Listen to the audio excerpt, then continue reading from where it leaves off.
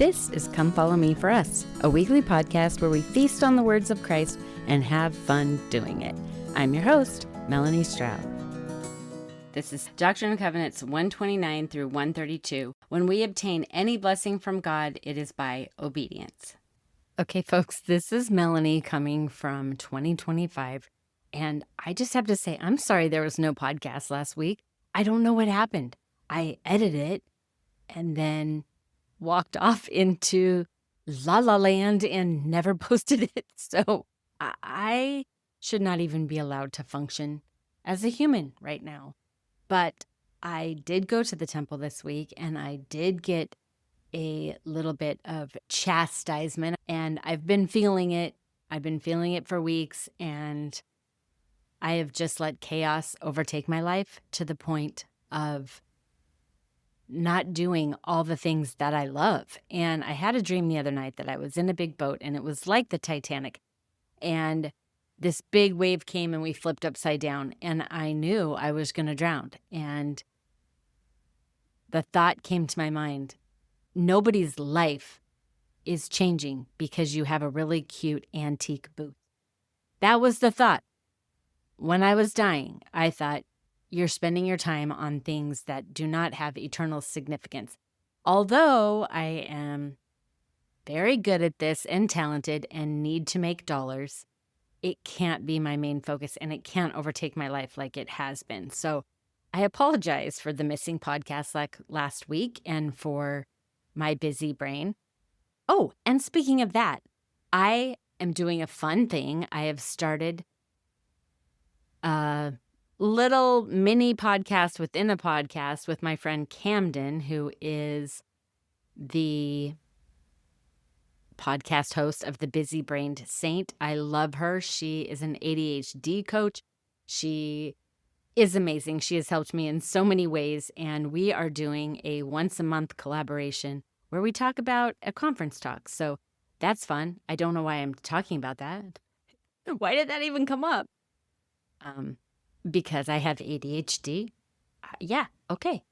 And that was a plug for Camden. I don't know why I started talking about it. But in the end, let me just say that Heavenly Father has been really helpful to me since I felt like I needed to double down in my efforts. And normally when this happens, I go, okay, I'm going to get organized. I start cleaning. I start doing this stuff. And this time I just took a plan to Heavenly Father and I said, I need you to bless this plan. And when I started stepping away or doing something else, I stopped and said, Heavenly Father, I need you to bless this plan. I need you to help me. And I think that's what's been missing is all day saying, okay, Jesus, I'm off course again. Help me. Help me remember things. Help me to put out the podcast that I thought I did. So anyway, if for some reason there's not a podcast, you can always go back in time, diddly-diddly-dee, through your podcast app back to the same lesson 4 years ago, and you'll find it.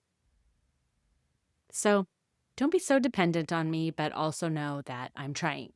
And I did a joy video last week and didn't publish it because I don't like doing the videos. I'm just going to say, I don't like seeing my face, but also, it just got really crazy and was so ADHD, so maybe I can edit that one a little more down to like 1 minute and I'll post it.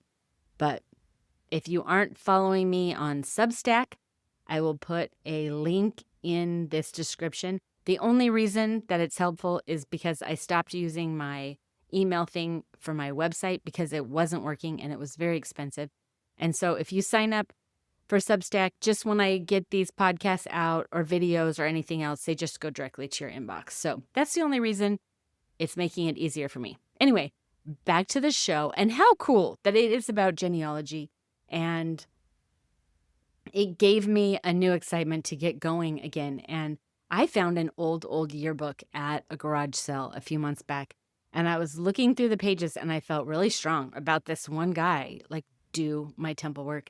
And turns out that my husband and I somehow are related, so we're able to do stuff. And his wife has like 2 different paths, and she's a different person, and it's messed up. So I've got to fix it. I'm going to fix it. And my husband already took the man his name to the temple and did that. And now I've got to get this wife straightened out so that we can get them sealed. So that's exciting. And I hope that this podcast today inspires you to do a little bit more genealogy and to go to the temple, because what a blessing it is that we have this in our life. So without further ado, here's the podcast from 4 years ago. Diddly-dee. So I just want to get started. In the opening section, it says, Brigham Young once said of Joseph Smith, he could reduce heavenly things to the understanding of the finite. This seems especially true of the prophet's teachings in Nauvoo in the 1840s, some of which are recorded in the Doctrine and Covenants 129 through 32. What is the Savior like? He's a man like unto ourselves. What is heaven like? That same sociality which exists among us here will exist among us there. And our most cherished family relationships in this world, if sealed by the proper authority, shall be of full force in the next world. Truths like these can make heaven feel less distant, glorious, yet reachable. But sometimes God may ask us to do things that are so uncomfortable that they do seem unreachable. For many early saints, plural marriage was one such commandment. The commandment to marry additional wives was a severe trial of faith for Joseph Smith, his wife Emma, and almost everyone who received it. To make it through this trial, they needed more than just favorable feelings about the restored gospel. They needed faith in God that went far deeper than any personal desires or biases. The commandment no longer stands today, but the faithful example of those who lived it still does. And that example inspires us when we are asked to make our own sacrifices in obedience. There's so much good stuff here, and I just had all the thoughts about all the things, and then everything changed. And I ended up interviewing 2 people, and it's mainly on family history. And I kind of thought, well, wait, I'm robbing the people. I'm not giving them all this information. But it's the way it flowed this week, and I can't deny it. So I'm going to just say a few things, put these interviews on, say a few things at the end, and be done. If you go now to sections 130 and 131, it seems so random. Like it just jumps all over the place. And I thought, well, how does this tie in with this? Like, we're talking about this thing, now we're talking about something else. And the answer is simple. They don't.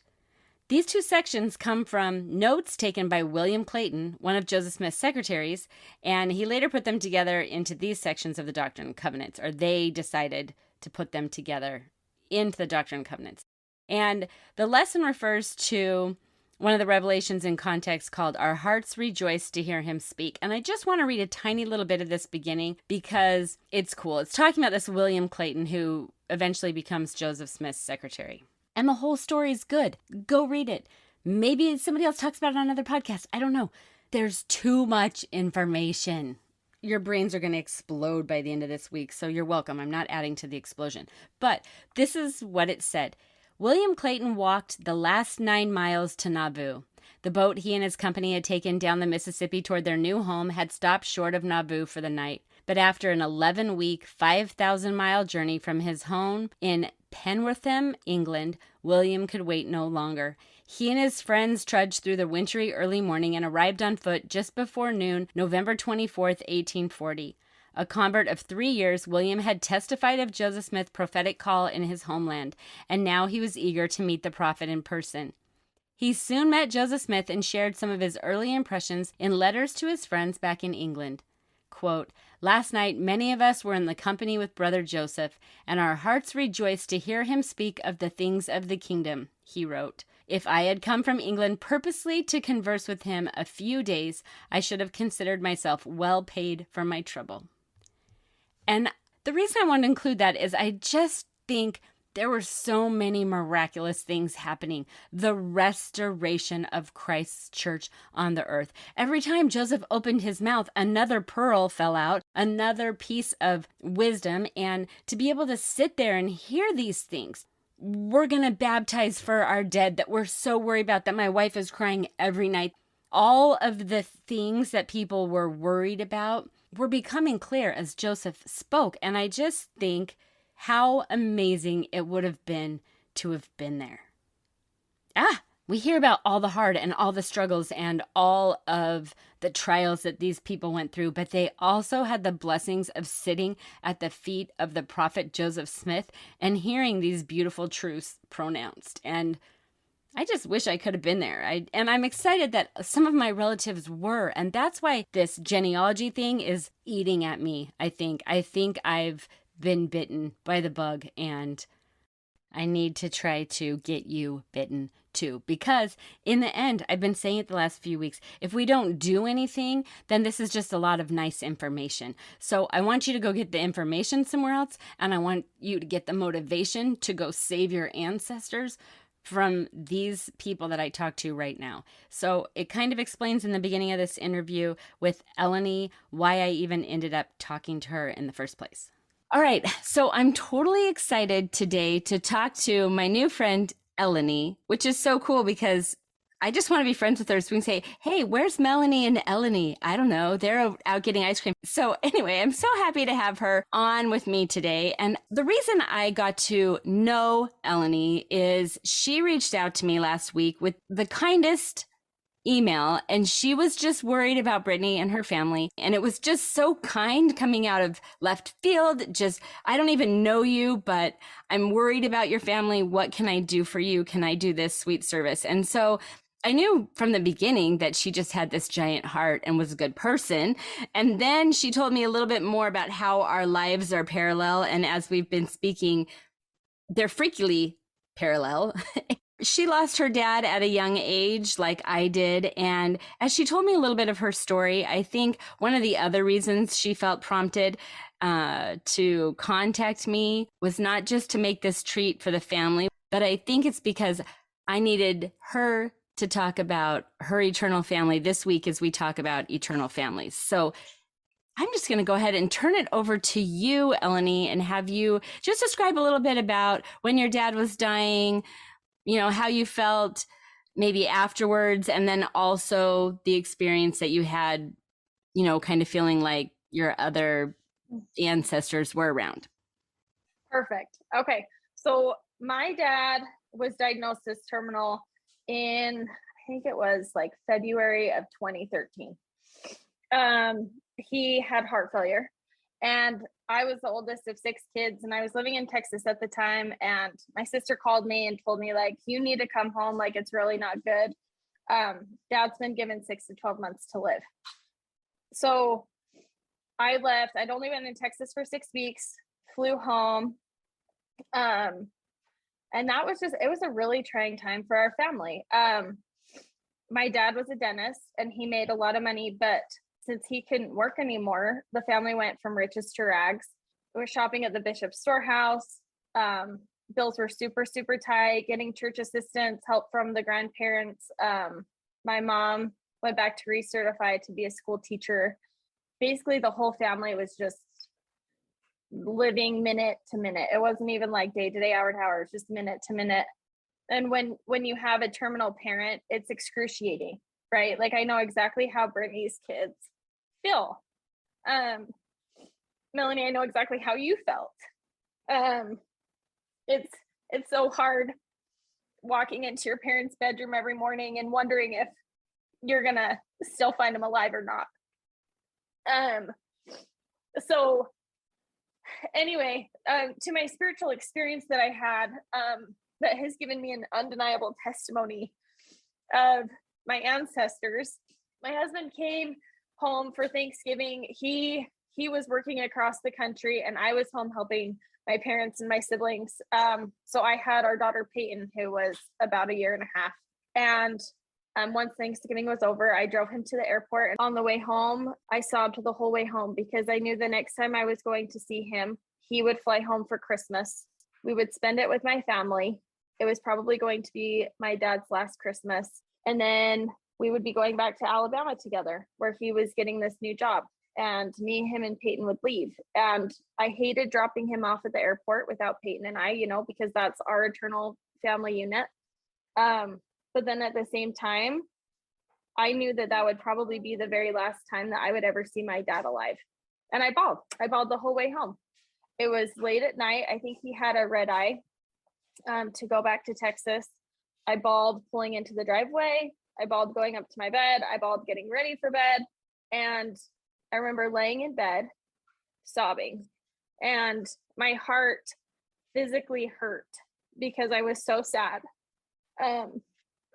I was so torn between going with my husband and being our family unit and leaving my dad and my mom and all my siblings because I had really, really helped my siblings and I didn't want to leave them without my support. I felt such a huge responsibility being the oldest of 6 kids. So I laid in bed and I prayed to Heavenly Father, and it came to me that I could pray for angels. And I just prayed for angels and family members to be around me from the other side of the veil. And instantly, like so quick, like this feeling of peace and calm came over me, and I could feel all of my ancestors from the other side of the veil just hugging me and being there and telling me like, it's going to be okay. This is going to be okay. Your family's going to be okay, and we're going to take care of your family for you. And I think within 2 minutes, I fell sound asleep, but it was a moment that I will never, ever forget. I'm super into family history. And so I can almost like pinpoint and tell you exactly who is surrounding me in that moment because I know them and I know their characteristics and I know what they were like. And I've done so much research and spent so many hours getting to know them. Have you always been interested in family history? Yes. When did that happen? Yeah. So my grandpa used to always tell us stories. He used to take us around to every single cemetery he could find that was related to our family on Memorial Day. And he would always share stories. But I really got into it when my second daughter was nursing and I got tired of wasting time watching Netflix. And I thought, I'm going to hop on Family History app and do something worthwhile. And I just have caught the bug, and I'm going back to school to become a professional genealogist because I just feel like it's the most important work we can do is finding these people. I did not know this. When we started talking, that was going to be what you're doing.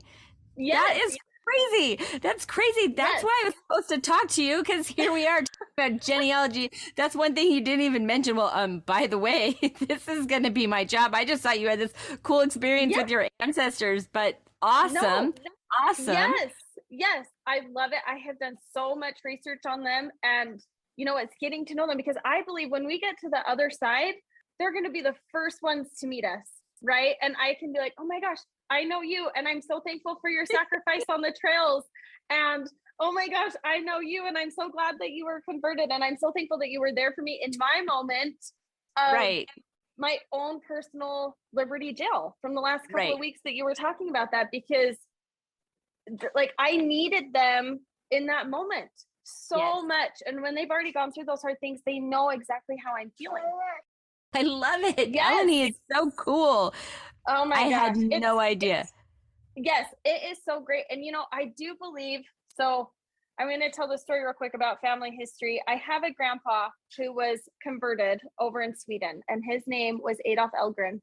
And he wanted his wife to come with him so bad. And he gave her like 3 years, and he really wanted her to convert. He had the missionaries over. He wanted to go to Zion. And she said, no, I can't go. I can't go. And he said, okay, so I'm going to go and I'm going to cross the plains, and then I'm going to send money back for you and our daughters. And I want you to come. And he stood on the pier in Sweden with all of his friends and family surrounding him. And he had 3 little girls. And he said that his daughter was sobbing, tugging at his coattails. And he said, I had to make the choice to go or to stay. And he said it was absolutely heart-wrenching. And I have it in his own words. And he talks about how obedience to the call is greater than sacrifice. And because of him, like I'm where I'm at. And it turns out that his wife remarried and divorced him without him knowing. And he married another girl, and they had all these kids together, and, they stayed with the gospel. And I believe that he was one of those because he knew how I felt. He didn't want to leave his family. Right. I didn't want to leave mine either, but I needed to go and be with my husband. And so I don't know. It's just like when you learn these stories of sacrifice, it's amazing. And they really do help you. These stories, they change our life. And it's amazing. It's amazing. Yes. I love that so much. So much. It's so because good. It's so true. And the gospel, I just feel like it's one of those priceless things. I mean, wasn't it President Nelson who talked about, like, if you had like a bunch of jewels and gems and everything, and you also had the Book of Mormon, like, which one would you be willing to choose? Yes. You know, like 100%. you have to choose the gospel time and time and time again, every single time. You will never go wrong if you choose the gospel, ever. Now, are you seeing why I had to talk to her and why this came about? She's so amazing. So, we talked a little bit longer about when her dad died, her sister was on a mission, a lot of things. But in order to condense all this down, I'll just go ahead and say that we talked a little bit about the feeling of the spirit that kind of engulfed her family, my family, when our dads died, how we were sustained by an amazing feeling of peace when there shouldn't have been one. I just remember how upset my cousins were, and that my cousins couldn't stop crying. And I looked at them and I'm like, why are you so upset? Like, why are you crying so much? And in that moment, I still just felt constant peace from Heavenly Father and Christ and the Holy Ghost. Just this constant peace where I'm like, it's okay. Like, this is okay. And we're going to be okay. Like I said, I still have my moments where I break down at the kitchen sink because I just miss my dad and wish he was here. Sure. But like, eternal families are so real. So real. And I think, I think if we go throughout our everyday life and say, like, okay, is this going to get me to my celestial family? Is each action that I'm making going to get me to my celestial family? I think we would act 110% different. I have to check myself and be like, okay, like, is this going to bring me my eternal family? Because at the end of the day, that's what I want.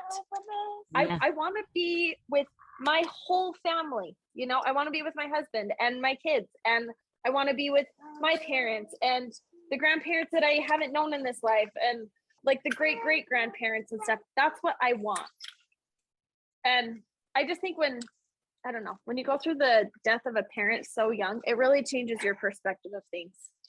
It totally does. And we shift gears here just a little bit to where she's talking about how right when she's in the thick of things, she didn't know if she ever really would be okay. When you're in the thick of it, it's like, wait a second, how much do I really trust Heavenly Father that things are going to work out, right? Are things really going to be okay? So I found this. I used to teach gospel doctrine in my ward, but let me just read this quote to you really quick. So it says, in the midst of problems, it is nearly impossible to see that the coming blessings far outweigh the pain, humiliation, or heartbreak we may be experiencing at the time. No chastening for the present seemeth to be joyous, but grievous. Nevertheless, afterward it yieldeth the peaceable fruit of righteousness unto them which are exercised thereby. The Apostle Paul taught, for our light affliction, which is but for a moment, worketh for us a far more exceeding and eternal weight of glory. It is interesting that Paul uses the term light affliction. This comes from a person who is beaten, stoned, shipwrecked, imprisoned, and who experienced many other trials. I doubt many of us would label our afflictions light, yet in comparison to the blessings and growth we ultimately receive, both in this life and in eternity, our afflictions truly are light. And I just feel like that, right? Like, now that we're on the other side, it's like, oh, we can do hard things. But like, in the midst of it, until you feel that peace after your loved ones died, Melanie, it's so hard. It's so, like, you just have to hold on and hold to your covenants and keep the commandments and just love your family. Yeah, it's the best advice. Ellen, it has been such a pleasure talking to you. And as a future genealogist, what is maybe one word of advice you could give to people who are just starting out, who don't know what they're doing? So if you don't know what you're doing, contact your ward family history consultants. To me, don't just go to a class. Sit down with them, have them come to your house, invite them to your house, and have them walk you through the very basics of it. And even if that is just discovering your family, that's awesome, but have them come to your house, sit down with you, and go through everything. Don't have them do it for you. Just learn from them and ask them questions. And if you have to have them over a couple of times, that's okay. This is the most important work we can do in this life, is redeeming our dead, right? And getting to know them, and giving them this blessing of going to the temple and doing baptisms and initiatories and endowments and sealings. is the greatest gift we could ever give. So It's that's true. my advice. So great. And there's people in the world that have that calling that don't know how to magnify it. So if we call them and Yes. say, come help me, they'll be so happy. They'll be like, Yes. yay, I know what to do. This is what I've been waiting for. So I love it. Yes. And I do think that hearing your enthusiasm for it is awesome, because when we read last week about the people going, oh, we can be baptized for our dead, yay, and they're like flying into the water, and they're like getting baptized for their kids and for their grandparents, and I feel like we're like, what's on TV tonight? What can I watch on Netflix? Ooh, like, how can I learn how to play this game? La la la. And we don't have that excitement, but as we come to learn and love these people, we're going to want to do the stuff for them. And in return, when someone does something really cool for you, like when Eleni calls and says, can I make this sign for your, Sweet Brittany's family? Then I go, yeah, what can I do for you? How can I love you in return? And I feel like that happens with our ancestors and everybody that we go to the temple for. They go, you just did this amazing thing for me. What can I do for you today? Because Joseph Smith said, and I will find the quote, we tried to find it, but he did say, one day when we pass the other side, we're going to be amazed at how close our ancestors really were to us and how much they were aware of what was going on in our life. So if you want to just build up your team on the other side, do family history work. It's awesome. For sure. Well, and one more thing I have to tell you before we end the interview is I was given a piece of advice by a friend who works for Roots Tech. He's like on the board for Roots Tech. And he told me, he said, when you do your family history and you take a family name to the temple, especially an endowment session or a sealing session, because initiatories are so quick, he said, look up that person and go through those sources on Family Search and put together a mini biography of that person and tape it to the back of that card. Tape it to the back of the name card that you take through the temple, and then you can sit and read about them. And I have done that twice since our temples have been closed and they're just reopening, right? But I had the opportunity to go twice for missionaries, and it was so cool to like discover like when they were born and their parents and how many siblings they had, and if any of their siblings died, or what their parents did for work and who they married. And you feel like you really know them going through the veil, rather than it's not just a name on a card. This is a person who lived and had experiences just like you, and you're going through and doing such a sacred work for them. Like, get to know them. So it's tape that mini biography to a card and get to know them. Great idea. Love it. Thank you so much. You're so great. No, thank you for having me. This has been so great. And what an interesting turn of events that to find out you're going to be a genealogist. I wonder why Heavenly Father's been prompting me to get a hold of you. I guess we know now. It's perfect. Perfect. So grateful. Thank you so much. Yes, thank you. So talking to her was such a treat. And honestly, before we started talking, I did not know that she was studying to become a genealogist. I didn't know any of that. I just knew that she had had a hard time one night and felt like her ancestors were close by. So that was a lovely treat. And listening to her, I thought about what we talked about last week, about how Joseph Smith said that our dead can't be saved without us, and we can't be saved without them. And we were trying to figure out why. And when she told that story of all of those ancestors being by her, and that grandfather that made that sacrifice to leave his family helped her as she was going to have to leave her family for a while, I just thought, that's it. That's why we can't be saved without them, because if we don't have them and we're not living in such a way that we can ask for those blessings or have them near us, then we can sink into despair. Then she never stops crying. Then she is never feeling better and happier. It's such a beautiful blessing to know that these people are real and that they can bless our lives. So I just thought it was so cool. The other thing I thought it was so cool was that she decided not to watch Netflix every time she sat down to nurse the baby, but to get out Family Search and look up stories about her relatives. And I just thought, what can we do? What can we give up for these ancestors that we should be loving? I don't know. I don't want to go to the other side and have these people go, it's okay. It's okay. That game couldn't have played itself, Melanie. Like those rooms could not have designed themselves. It's fine. It's fine. I had to wait 150 extra years to get baptized, but it's fine.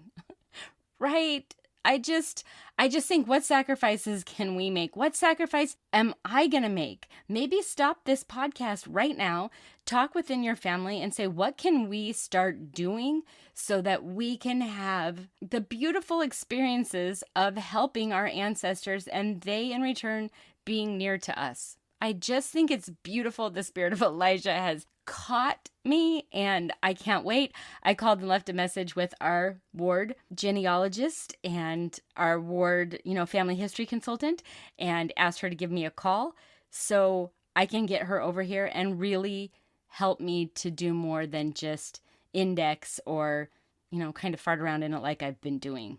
This is cool. It's exciting. We have time. We say we don't have time. We say we're so busy. Count the hours that you're on social media. Who cares about those people? Who cares about the people you don't even really know that you're following and that has a perfect life? Go find these people that love you and that are waiting for you to help them.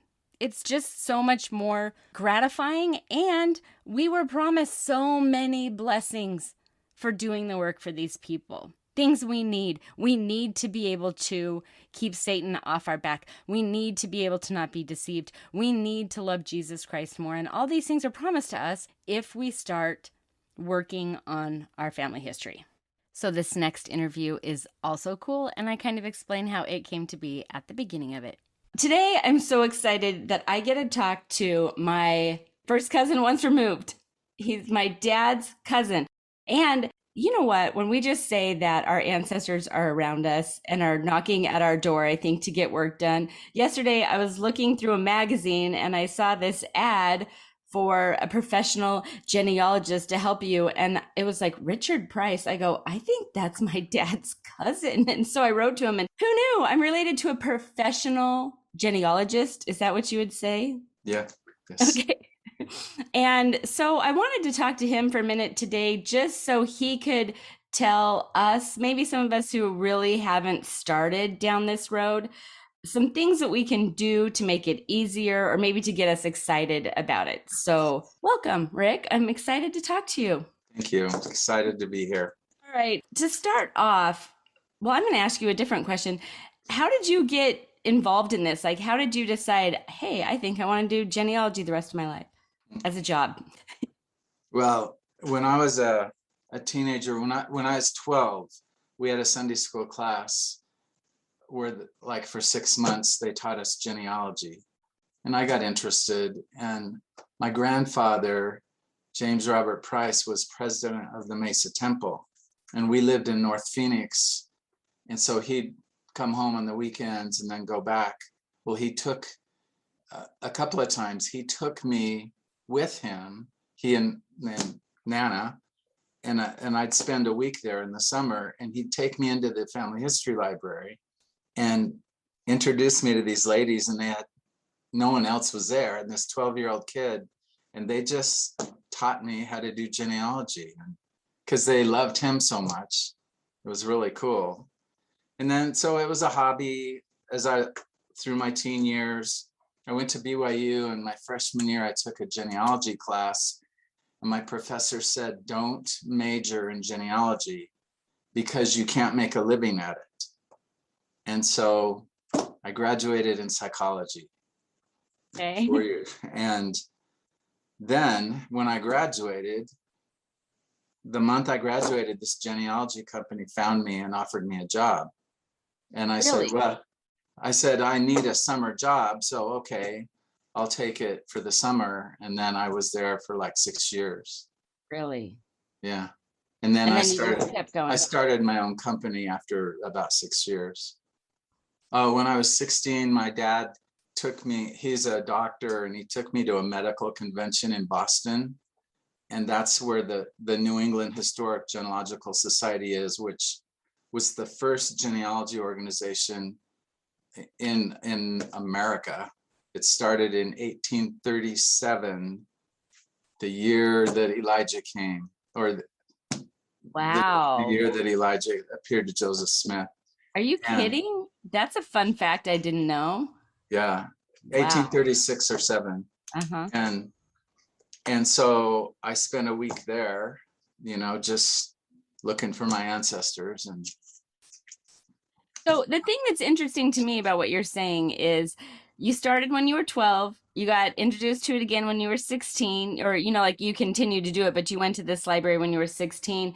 The woman I talked to earlier, who's actually in college studying this right now, her grandfather, when they were younger, would take them around every Memorial Day to every grave and tell them the stories of all these ancestors of hers, and really just got her to start loving the stories. And from there, she's gone on to loving finding them and doing the work for them and all of these things. So to me, it was, as we think about this, it makes me want to push harder to get my kids involved young.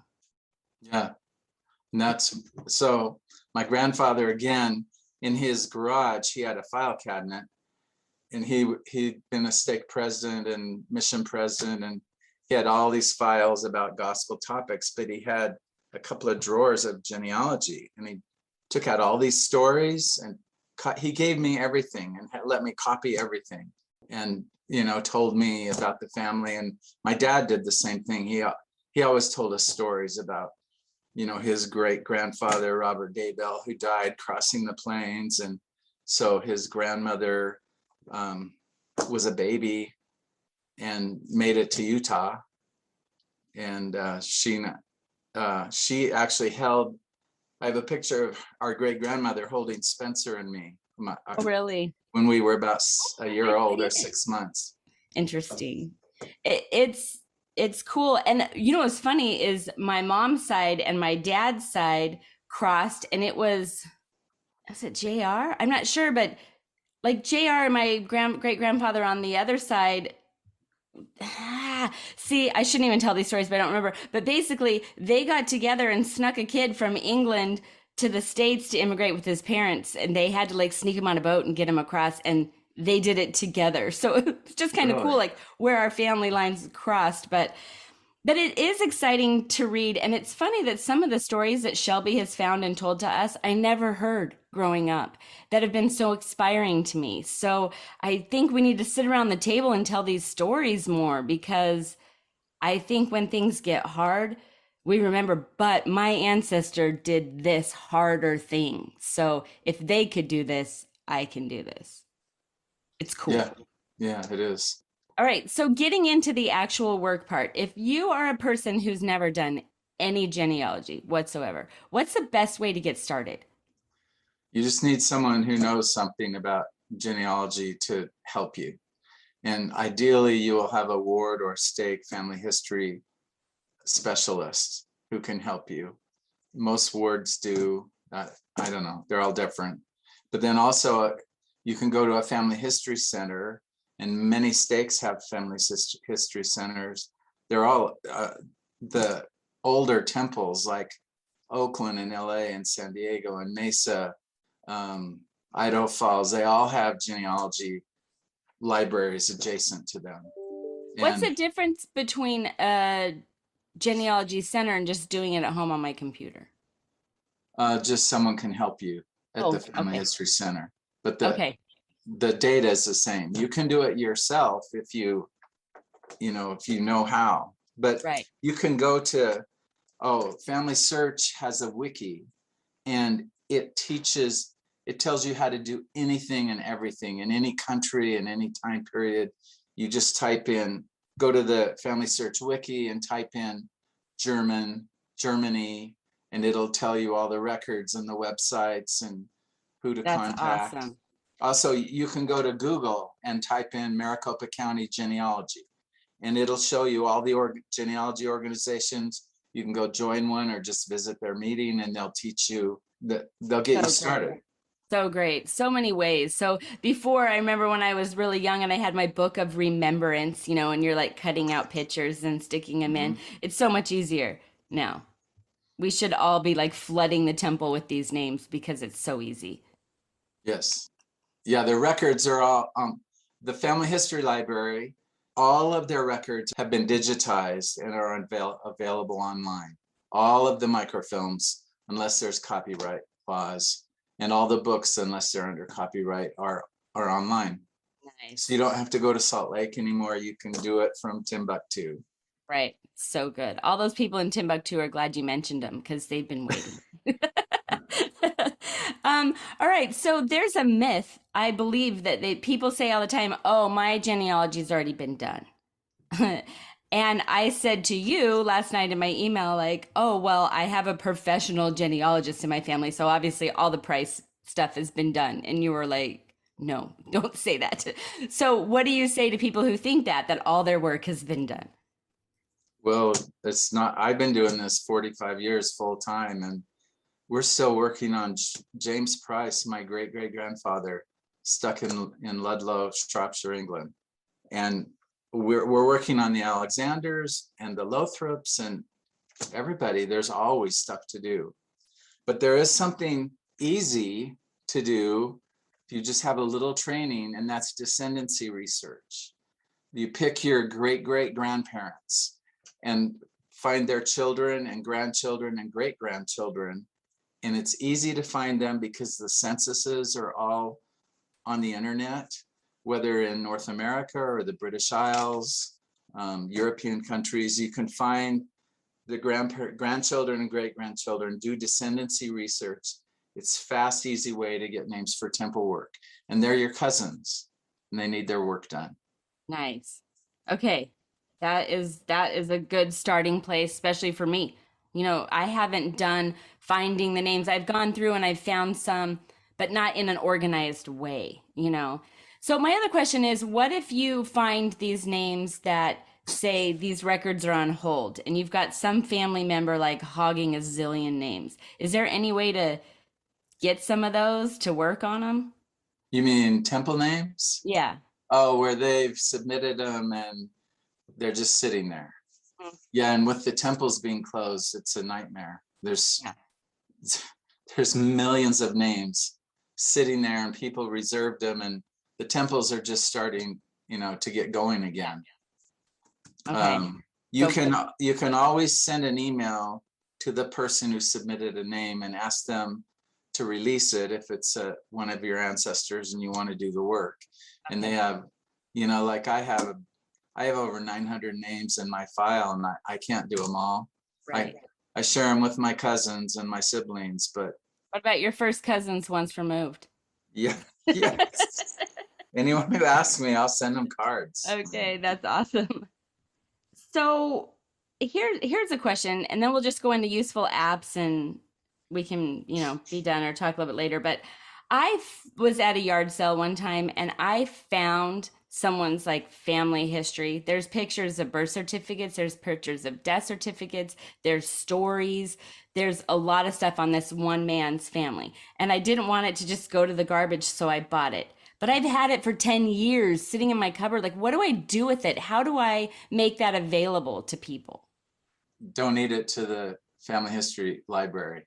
Like when I go out to Mesa to see the open house, I can hand it to them? You can give it to them at Mesa, yeah. Okay. And they'll just do with it how they should. You send it to Salt Lake City or to the BYU library. They'll microfilm it, send it to the family history library or your local family history center. And they'll microfilm it. No, sorry, they'll digitize it, and then it'll be available to everyone. Okay. So it's not something I should do myself. I need to just give it to the professionals. No, yeah, you don't. Okay. It would be way too much work. Okay, perfect. So when I asked you what apps are helpful, you gave me kind of a couple of them. Can you tell me a little bit about that? Because all I've ever done is get on Family Search. Okay, well, Family Search and Ancestry.com are the two best websites. They both have billions of records. And if you're a member of the Church of Jesus Christ of Latter-day Saints, it's free to join Ancestry and these other websites I'll tell you about. I didn't know that. I thought I had to pay $1 zillion to get into Ancestry. So that's cool. That's a nice fun fact. If you're a Latter-day Saint, you can get in free. Nice. And Ancestry is phenomenal. You type in your ancestor So I had this ancestor, Mary Marsteller, who we worked on for years. I went in there today and typed in her name, and you'll find there are trees, family trees, billions of family trees on all these different websites, and they're all different. So it helps to go to different websites. But I typed in Mary Marsteller and went in where she was born, and it brings up all these sources that I can look at. The 1830 census, 1840, 50, 60, 70, all of those, they have her in that census. And all you have to do is click on it and you'll see her with her parents and then with her husband, with their kids.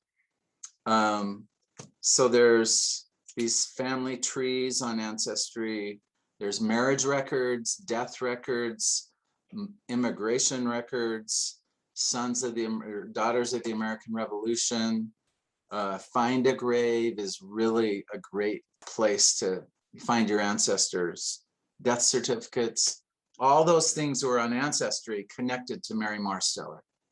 Well, and when I open up Family Search, it'll give me a list of things like so-and-so added a new memory, or, you know, like as people are doing stuff, I get notified on a lot of it, I think, like, oh, here's a new picture that's been digitized or enhanced of, you know, so-and-so.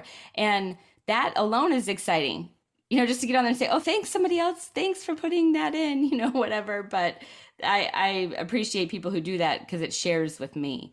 So next question. If I want to put, oh, sorry, is there any other apps or things? Keep going? Yeah, Ancestry, MyHeritage is another, it's a fantastic website. It has 15 billion records. It has histories and biographies, billions of histories and biographies. And trees, those are family trees that people have submitted. So MyHeritage, it's also free for members of the church. Okay. And so then, if you're way into genealogy and you're not a member, you might as well just go take the lessons and get baptized. It's going to save you a lot of money. right. Okay, sorry. Then Find My Past is the British, it's like the British Ancestry, although it covers records for the whole world, but especially England, Ireland, Scotland, and Wales.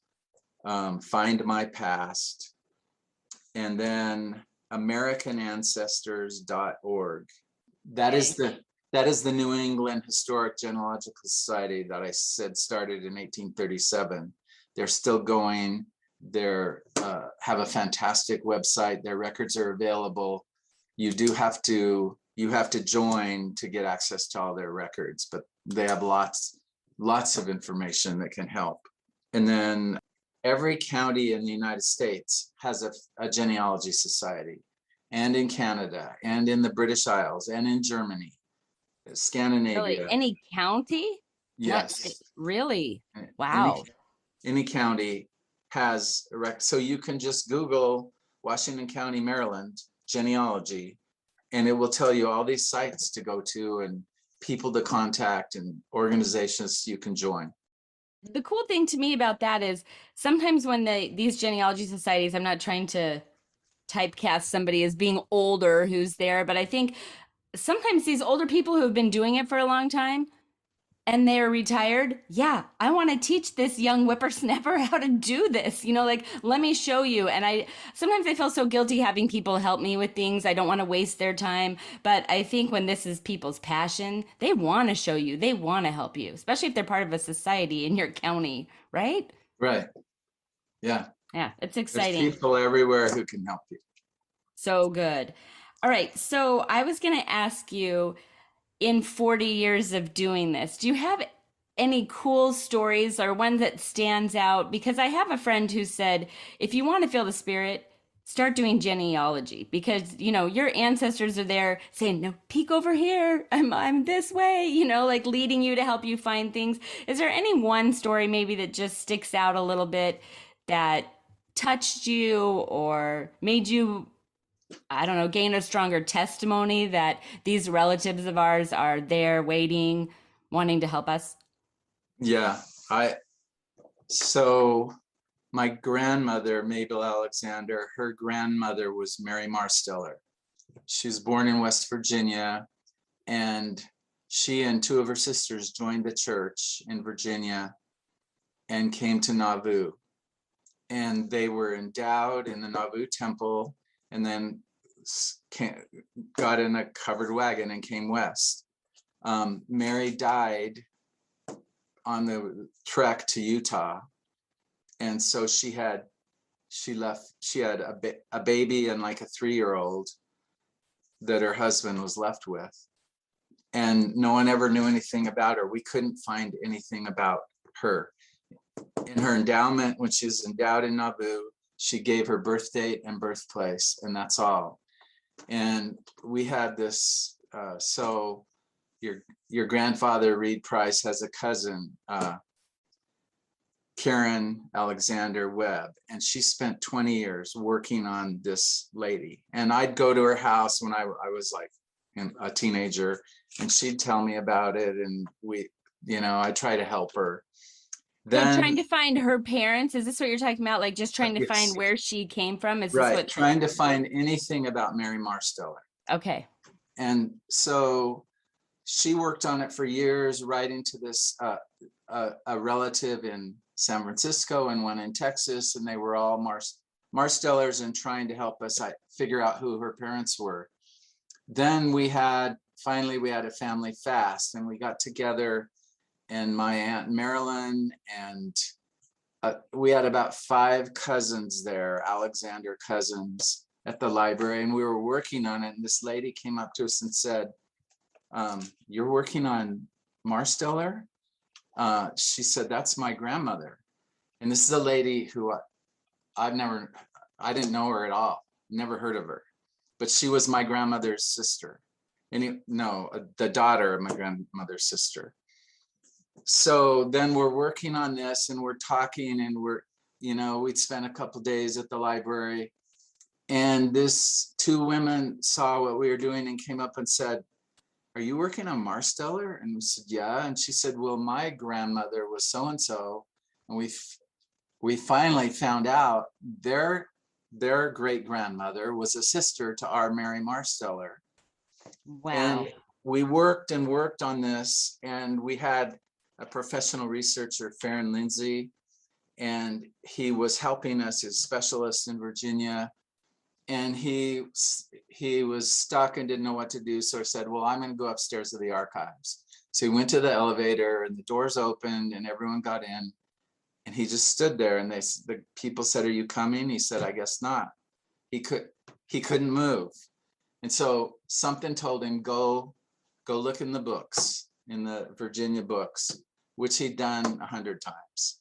So he went to the aisle and was looking for a book. He was the only one there, and he walked down the aisle looking for something. He turned around, and there were 2 books on the floor.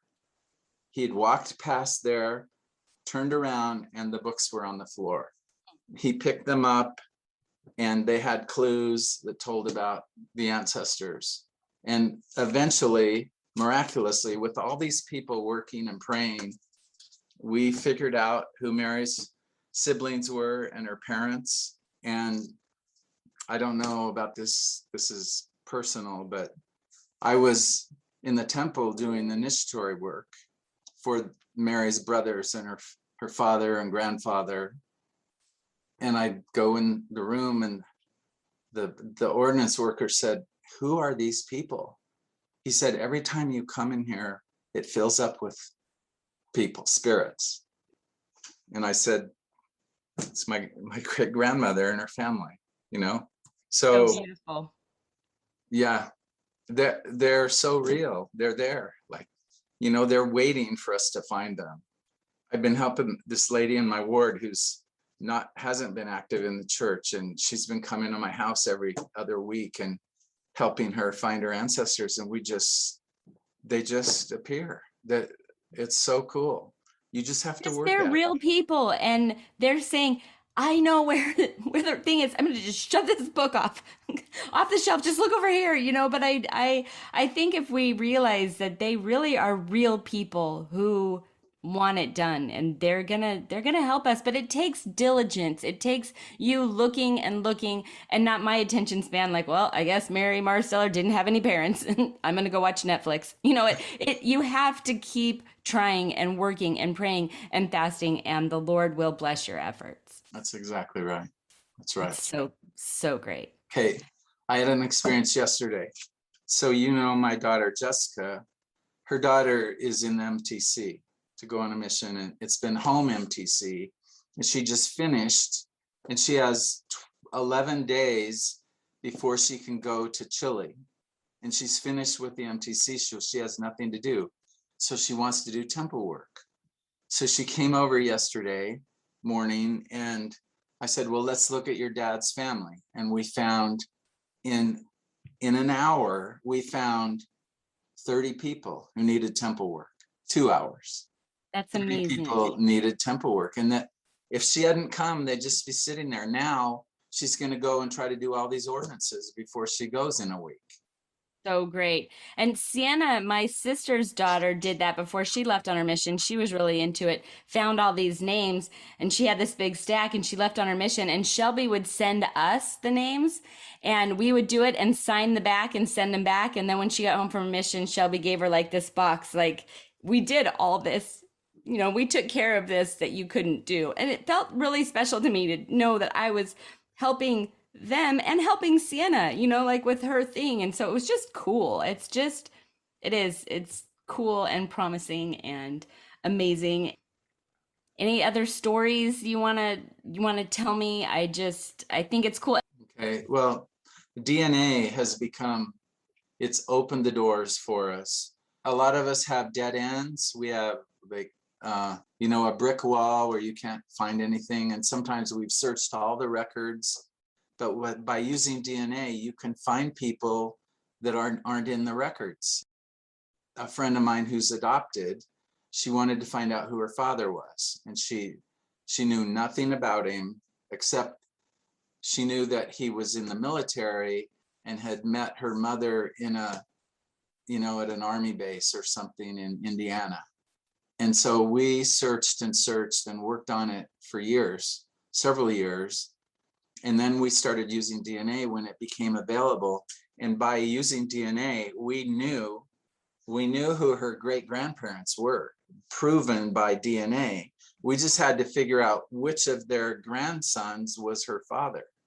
Right. And we worked on that. And she fasted and prayed and spent money. And by DNA, we were able to prove who she was, who her father was. And she's found she has 2 sisters. She's never had any siblings. She's 75 years old, and she's thrilled. Yeah. She had a niece come visit her from New Jersey. So exciting. Yeah. So if you want to start doing it the DNA way, is that when you do that like 23andMe? How do you start doing the DNA research? The best DNA, I'm not being prejudiced, I'm just telling you. The best DNA site is Ancestry.com. Oh, really?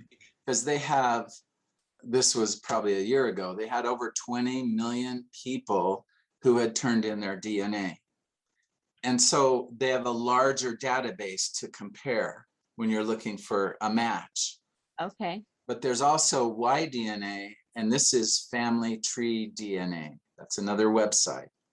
Okay. And it traces a male line back. So every man has this Y-DNA, and it's the same as his father and grandfather and great-grandfather and his brother and his uncle's son.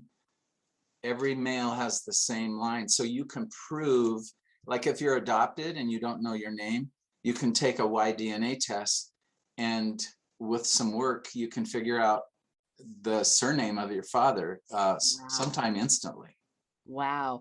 That is exciting. It is exciting. Technology is it can ruin our lives or it can fully enhance our lives. Okay. There's this lady in my ward.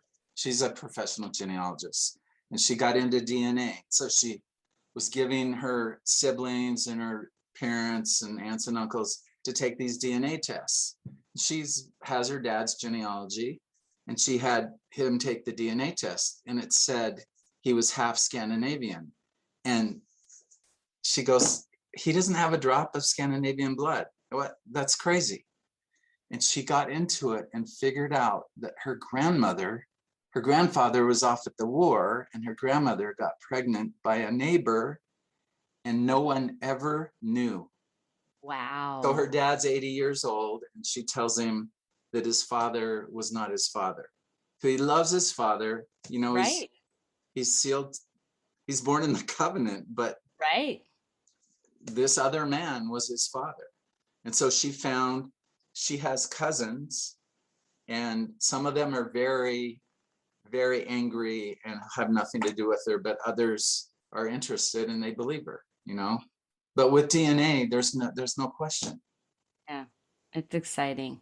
It's exciting. I love the fact that that first genealogy library started the same year as Elijah came. And it's just, it's like when the Grandin Press shows up right there in New York when the Book of Mormon needs to be published. And I just think it's so cool to see Heavenly Father in the details. It's so cool for him to say, yeah, I'm going to speed along this technology so that we can do more and more of it. Any last thoughts, last words of wisdom, or anything that we can glean from you? I just say, don't give up. Your ancestors are there. They want to be found. Your relatives, your distant cousins, they want to be found. They're there. If you look for them, there's all these websites. You just have to sit down at your computer and get some training. And you need to be inspired. You need to be motivated. That's what you need, is motivation and determination, and you'll find your ancestors. Well, and I hope that listening to you talk, and Eleni, who I talked to earlier, and my husband, I hope these things will help people to get motivated, because we waste a lot of time doing dumb things that aren't important. And we've been promised some amazing promises if we take the time to do this. So thank you so much for talking to me. I appreciate it so much. I don't know why those things had to be in here, but I do, because I just think we need to get excited about it. And I think those stories help us to get excited. And there's no more time. So I just want to say a couple things that I liked in these chapters. I liked in section 130 when it said, the same sociality which exists among us here will exist among us there, only it will be coupled with eternal glory, which glory we do not now enjoy. And at the very beginning, when it just said that Joseph was good at dumbing stuff down for us, he could reduce heavenly things to the understanding of the finite. And I like thinking of heaven that way. Not that we're floating around angels playing harps or, singing all day by God's throne, that we will still have these relationships. We will still have the same sociality, except for I think someone else is going to be doing the dishes, and we get to play a lot of cards. So, I mean, that's what it said, right? And I also liked in section 130, verses 18 and 19, 18 through 21, where it says, whatever principle of intelligence we attain into this life, it will rise with us in the resurrection. And if a person gains more knowledge and intelligence in this life through his diligence and obedience than another, he will have so much the advantage in the world to come. And I'm not sure the specific advantages it's going to be for us. Do we win Celestial Jeopardy every day? Maybe. Maybe it's like Groundhog Day and you're like, well, I already know all these answers because I studied it on Earth and I just beat you all. But maybe that's not really what's going to happen. But Joseph Smith said this, and I think it's cool. He said that knowledge is power, and the man who has the most knowledge has the greatest power. Salvation means a man being placed beyond the power of all enemies. And when you think about that, the man who has the most knowledge has the greatest power. I just think on earth too. The more I study and learn about the gospel, the more power I have over Satan, over enemies who try to persuade me. I'm like, that doesn't even make sense. Or that doesn't even touch me because of all this other truth I have learned. So I really do believe knowledge is power and gives us an advantage not only in the next life, We don't even know what that does for us, but it's going to be cool because Joseph Smith said. But it also gives us more advantage in this life. The more I study and the more I learn about the gospel, especially from reading the Book of Mormon, I just feel more powerful in all ways, in overcoming sadness, temptation, discouragement. I just feel happy. I feel full of light, and it comes from diligence in studying. And I think that when I slack from it, when I'm not doing it as well, when I'm wasting my time, I'm not as happy. I'm not as light, I guess. So whatever. If you see me all dark and grumpy, then you'll say, wow, Melanie, you probably should go read the scriptures because you're being a horrible. No, I'm not going to say that because then Shelby's going to tell me to do that, and Shane and anyone else I know who listens to this. At least my family won't. My little kids won't go, Mom, you're being dark, because they don't listen. Okay. No, Courtney listens. Courtney, my sweet, darling, sweet, loving Courtney listens. I love her very much. Okay, see, I shouldn't have even started talking because I'm just sucking the spirit out of the end of this. But 20 and 21, too, are also super good. It says, there is a law irrevocably decreed in heaven before the foundation of this world, upon which all blessings are predicated. And when we obtain any blessing from God, it is by obedience to the law upon which it is predicated. And this goes right along with where much is given, much is required. It's the opposite also, where much is required, much is given. When we keep the commandments, when we follow the laws, when we accept a calling as bishop, when we find out our wife has brain cancer, our family is blessed immeasurably because we were obedient. And I just think we can't emphasize enough how important it is to be obedient. The breastplate of our armor is righteousness. It saves all our vital organs. So we just have to learn the blessings that come from keeping the commandments and being obedient. It's just good. So let me just say this. Did you know that the book that I talk about a lot, this David Ridge's Doctrine and Covenants Made Easier, that they have a podcast? Did I say that at the beginning? I may have already said this. I don't even know. It's late. It's been so many days and hours. Did you guys see Overboard when he comes home from work that day and Goldie Hawn is just sitting in the corner and she's going ba ba ba ba ba ba ba ba ba, and the kids are like throwing grapes at her face and stuff, and she's just looking off into space? I don't know why I just thought of that, but I kind of feel like her right now. I just feel like my brain is so full I can't do anything else besides sit in the corner and just go ba ba ba ba ba ba.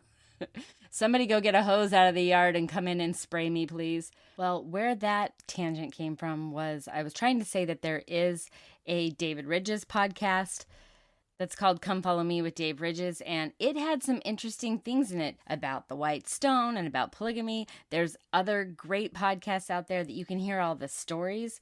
And once again, I'm not exactly sure why this went this way today, but we needed to hear it. And there's a lot of great videos on the website, the church website, in this lesson. I will link it over on comefollowmeforus.com. And I'm going to post these talks and links this week on Instagram in my stories. I'll put links to them there. And maybe I'll even do a deep thoughts on polygamy because I do want to talk about it.